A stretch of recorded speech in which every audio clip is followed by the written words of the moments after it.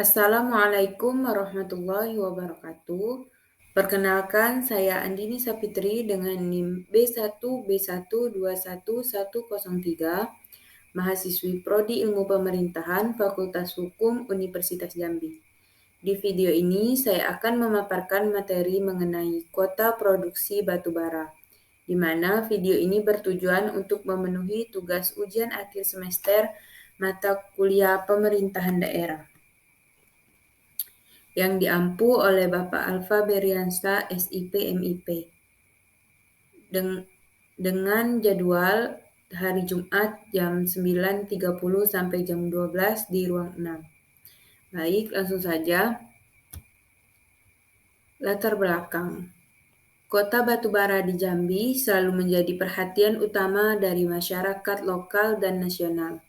Hal ini dikarenakan pengelolaan batubara di Jambi selalu dikaitkan dengan isu lingkungan, keselamatan kerja, serta dampak sosial dan ekonomi bagi masyarakat sekitar tambang. Oleh karena itu, pemberian kuota batubara harus dilakukan dengan hati-hati dan penuh pertimbangan. Pemberian kuota batubara di Jambi tidak selalu berjalan dengan lancar. Ada beberapa kendala yang harus dihadapi oleh pemerintah dalam menentukan kuota batubara, seperti ketidakpastian harga batubara di pasar global dan isu kerusakan lingkungan, serta dampak sosial bagi masyarakat sekitar tambang. Oleh karena itu, perlu adanya koordinasi yang baik antara pemerintah, perusahaan tambang, dan masyarakat untuk mencapai kesepakatan yang menguntungkan. Kemudian,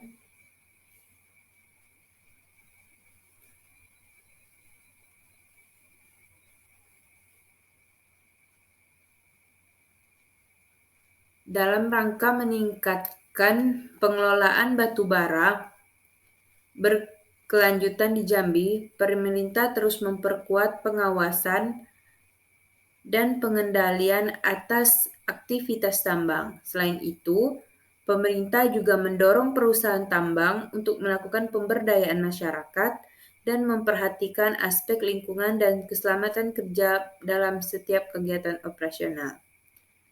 Kota batubara di Jambi merupakan sebuah kebijakan yang penting dalam mengatur produksi batubara di provinsi ini. Namun, penting untuk diingat bahwa pemberian kuota harus dilakukan dengan mempertimbangkan semua sisi, baik dari segi ekonomi, sosial, maupun lingkungan. Hanya dengan cara ini, maka pengelola batubara di Jambi dapat berlangsung secara berkelanjutan dan dapat memberikan manfaat bagi semua. Kemudian, adapun rumusan masalah dari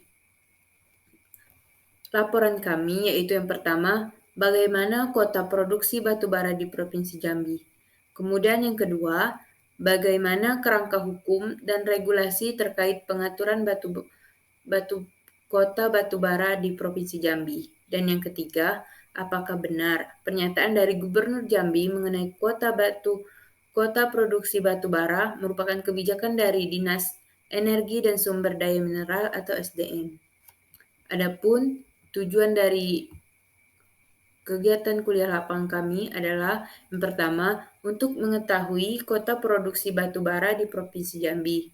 Yang kedua, mengetahui bagaimana kerangka hukum dan regulasi terkait pengaturan kuota batubara. Dan yang ketiga, mengetahui kebenaran pernyataan dari Gubernur Jambi Al-Haris mengenai kebijakan produksi batubara yang merupakan wewenang dari Dinas SDM dan Dinas Energi dan Sumber Daya Mineral atau SDM. Kemudian kita masuk kepada kerangka teori. Yang pertama, mengenai konsep kebijakan publik.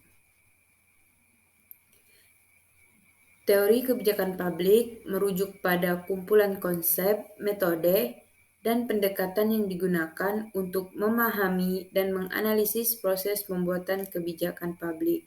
Teori-teori ini membantu para peneliti, analisis kebijakan, dan pembuatan kebijakan dalam memahami faktor-faktor yang memengaruhi pembuat atau implementasi dan evaluasi kebijakan publik.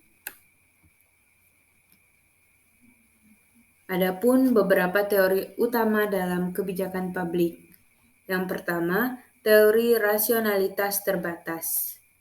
Teori rasionalitas terbatas mengasumsikan bahwa pembuatan kebijakan memiliki keterbatasan dalam memproses informasi dan membuat keputusan yang rasional. Mereka mendasarkan keputusan mereka pada pengetahuan yang terbatas dan preferensi yang individual. Teori ini mengakui adanya trade-off dan kompromi dalam pembuatan kebijakan.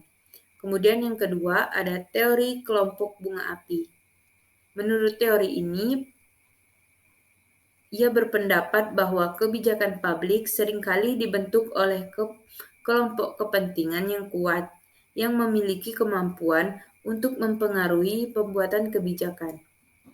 Kelompok-kelompok ini seringkali memainkan peran penting dan merumuskan kebijakan dan memperjuangkan kepentingan mereka. Kemudian yang ketiga, ada teori pendekatan inkremental. Teori pendekatan inkremental berargumen bahwa kebijakan publik lebih cenderung mengalami perubahan secara bertahap dan inkremental daripada melalui perubahan yang drastis. Kebijakan publik seringkali berkembang melalui penyesuaian bertahap berdasarkan pengalaman dan pembelajaran di masa lalu. Kemudian yang keempat ada teori analisis kebijakan publik. Teori analisis kebijakan publik, pendekatan ini menekankan pentingnya analisis kebijakan yang komprehensif dan berbasis bukti untuk membuat kebijakan yang efektif. Ini melibatkan identifikasi masalah, pemilihan alternatif kebijakan, dan evaluasi konsekuensi yang mungkin dari setiap pilihan. Dan yang terakhir, yang kelima, teori perubahan sosial. Teori ini menekankan bahwa kebijakan publik tidak dapat dipisahkan dari konteks sosial, politik, dan ekonomi yang lebih luas. Perubahan sosial politik yang terjadi dalam masyarakat dapat mempengaruhi pembentukan dan implementasi kebijakan publik.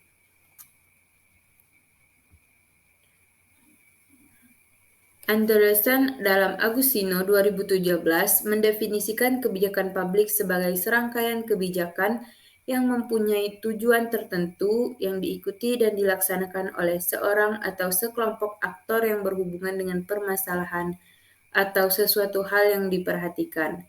Kemudian pengertian kebijakan publik juga disampaikan oleh Gerston. Menurutnya, kebijakan publik adalah upaya yang dilakukan oleh pemerintah atau pejabat.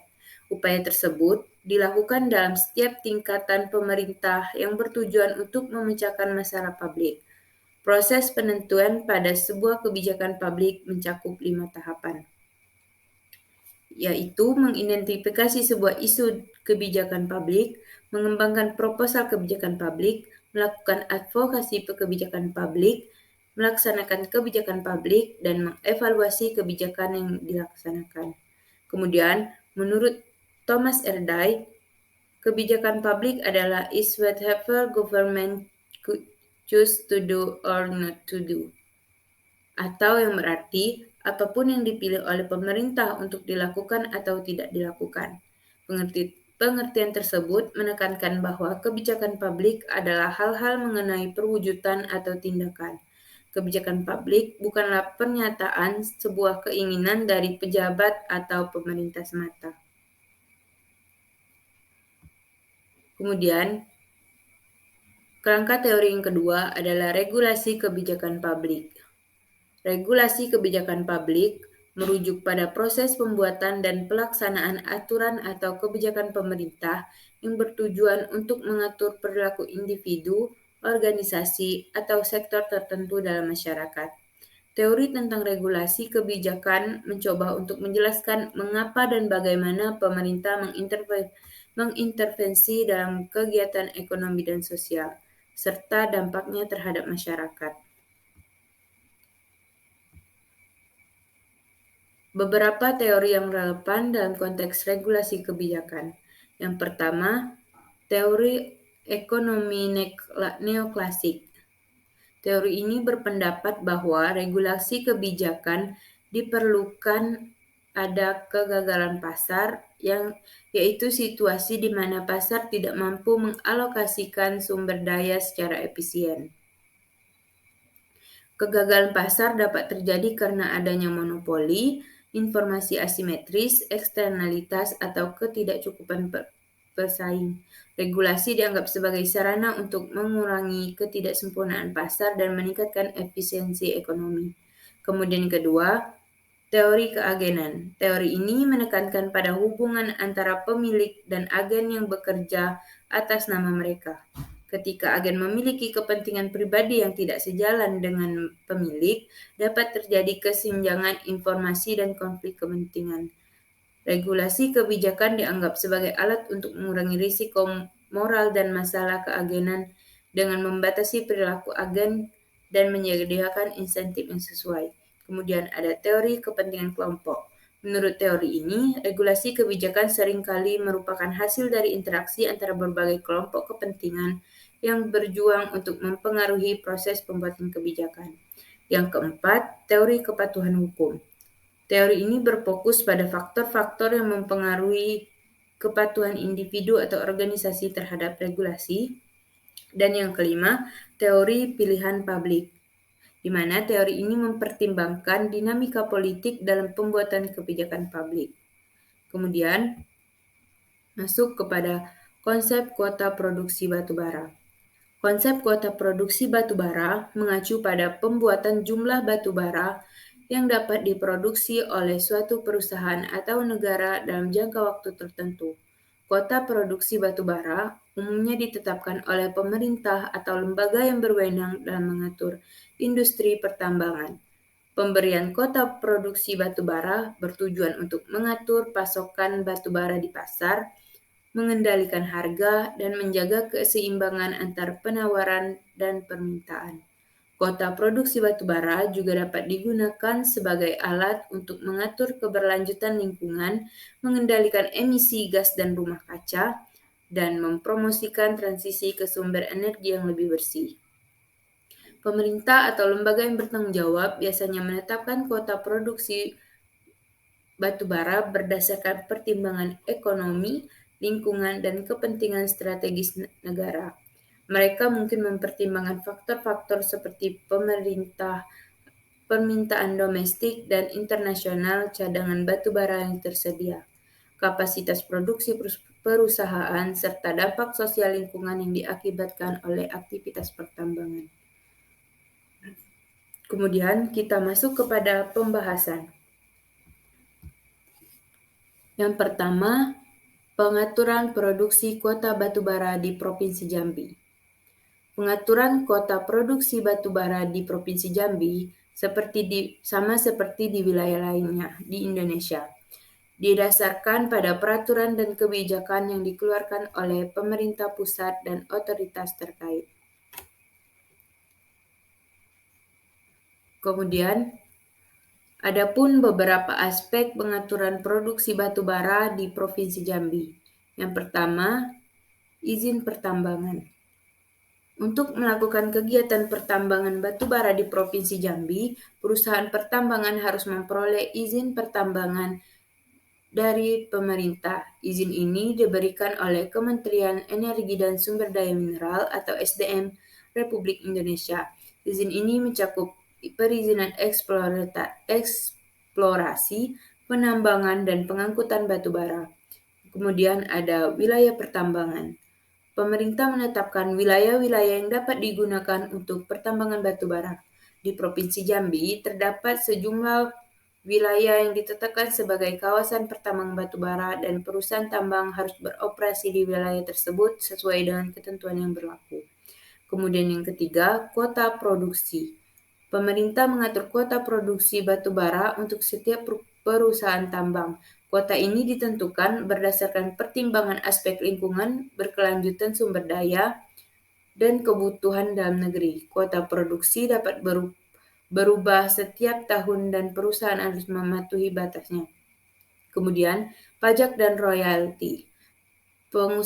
Perusahaan pertambangan batubara di Provinsi Jambi harus membayar pajak dan royalti atas kegiatan produksi mereka. Pajak dan royalti ini ditetapkan berdasarkan peraturan perpajakan dan peraturan yang ditetapkan oleh pemerintahan pusat.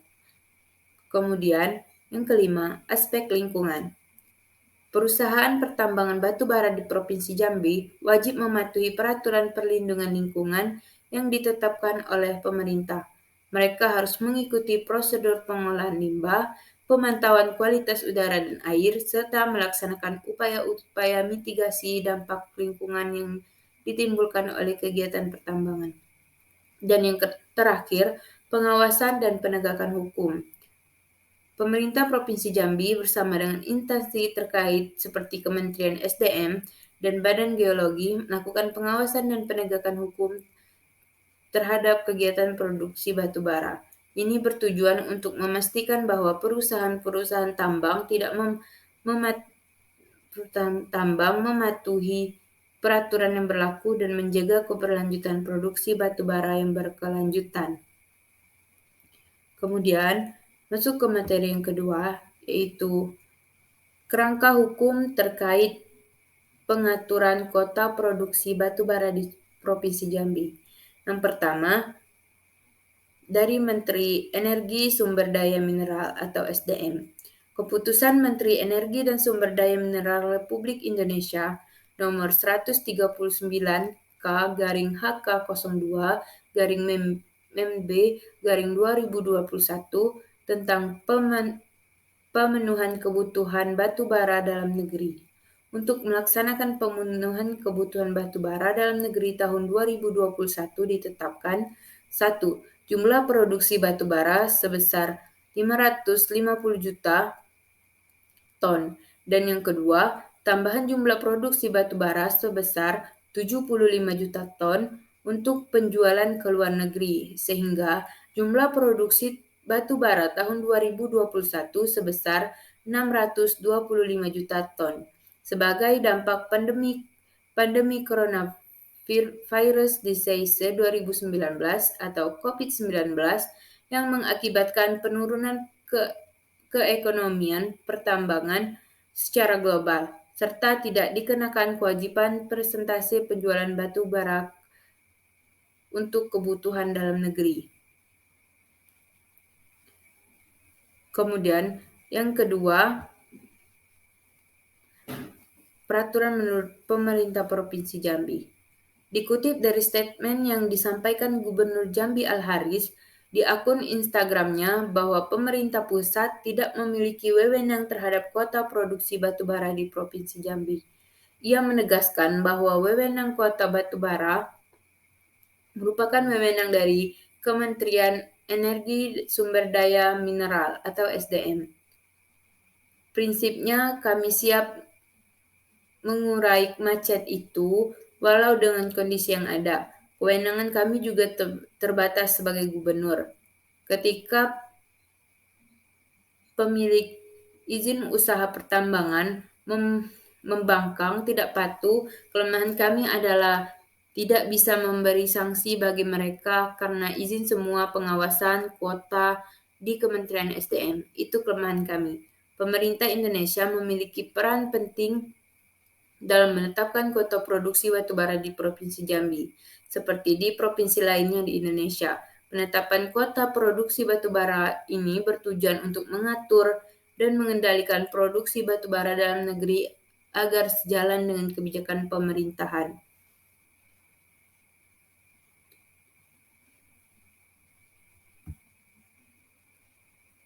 Kemudian adapun beberapa peran pemerintah dalam menetapkan kuota produksi batu bara di Provinsi Jambi antara lain, yang pertama, menetapkan kebijakan. Pemerintah menetapkan kebijakan dan regulasi terkait sektor pertambangan termasuk produksi batu bara. Hal ini dilakukan melalui Kementerian Energi dan Sumber Daya Mineral atau SDM dan Badan Geologi. Mereka menetapkan batasan dan persyaratan produksi batu bara termasuk kota produksi di setiap provinsi. Kemudian yang kedua, menetapkan kota produksi. Penetapan kota produksi, pemerintah menetapkan kota produksi batu bara untuk masing-masing provinsi, termasuk Provinsi Jambi. Kuota produksi ini biasanya ditetapkan setiap tahun dan didasarkan pada berbagai faktor, seperti cadangan batu bara yang tersedia, permintaan domestik, keberlanjutan lingkungan, dan kebijakan energi nasional. Kemudian, yang ketiga, izin dan pengawasan.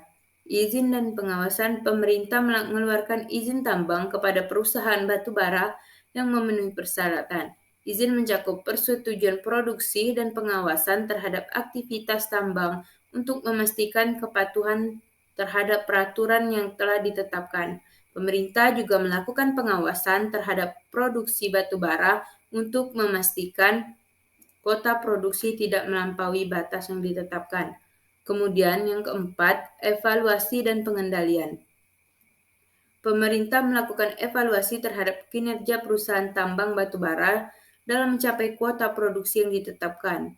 Jika ditemukan pelanggaran atau kegiatan yang tidak sesuai dengan aturan, pemerintah dapat memberi sanksi atau membatasi produksi perusahaan tersebut. Kemudian, hasil dari penelitian atau wawancara dengan Dinas Energi Sumber Daya Mineral Provinsi Jambi. Dari hasil wawancara dengan Dinas Energi Sumber Daya Mineral Provinsi Jambi, Dinas SDM mengatakan data terkait kuota produksi batu bara tidak lagi merupakan kewenangan mereka sejak tahun 2019, melainkan wewenang dari Inspektur SDM. Adapun data yang dapat mereka berikan kepada kami mengenai kuota batu bara dengan pertanyaan yang pertama, apakah benar Menteri Energi dan Sumber Daya Mineral mengatur kuota produksi batu bara di Provinsi Jambi? Menteri SDM menentukan besaran produksi batu bara nasional dan memberikan kuota produksi untuk masing-masing perusahaan sesuai dengan rencana kerja atau anggaran biaya RKAB yang telah disetujui oleh Kementerian SDM. Kemudian, kuota yang diberikan berdasarkan pertama, persetujuan dokumen lingkungan perusahaan, dokumen studi kelayakan yang telah disetujui, dan pengajuan dari pemegang izin usaha pertambangan. Kemudian, kuota produksi batu bara diberikan per tahun sampai dengan April 2023. Kuota produksi untuk tahun 2023 sebanyak 36,5 juta ton. Kemudian,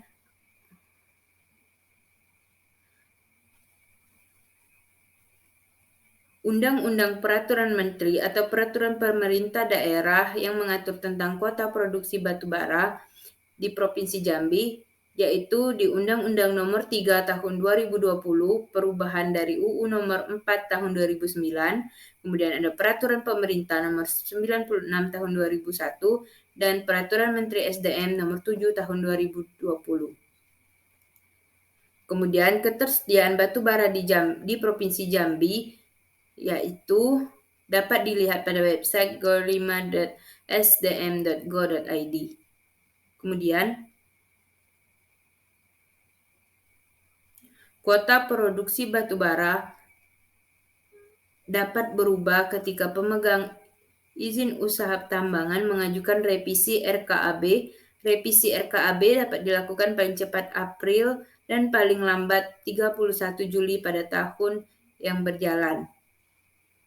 Kemudian adapun faktor-faktor yang mempengaruhi kuota produksi batu bara antara lain jumlah, cadangan, harga batu bara, pengajuan dari perusahaan, dan persetujuan dokumen lingkungan studi kelayakan. Adapun batas jumlah kuota produksi batu bara di suatu negara atau provinsi mengacu kepada RPJMN. Baik, dari pemaparan materi yang telah saya sampaikan dapat ditarik kesimpulan bahwa batu bara merupakan sumber daya alam yang terbentuk dari sisa-sisa organik tumbuhan yang mati dan terperangkap di bawah lapisan tanah selama jutaan tahun. Batu bara digunakan sebagai bahan bakar utama dalam industri energi, terutama untuk pembangkit listrik dan produksi saja.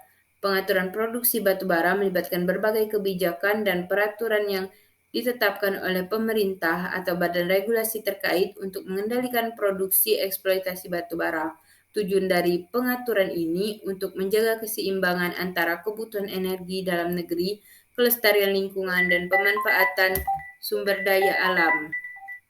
Kemudian, kuota produksi batu bara adalah jumlah batu bara yang diizinkan untuk diekstraksi atau diproduksi dalam periode waktu tertentu. Kuota ini biasanya ditetapkan oleh pemerintah dan pertimbangan faktor-faktor seperti permintaan pasar, persediaan yang tersedia, dan keberlanjutan lingkungan. Kuota produksi juga dapat digunakan untuk mengendalikan harga dan menjaga stabilitas pasar batu bara.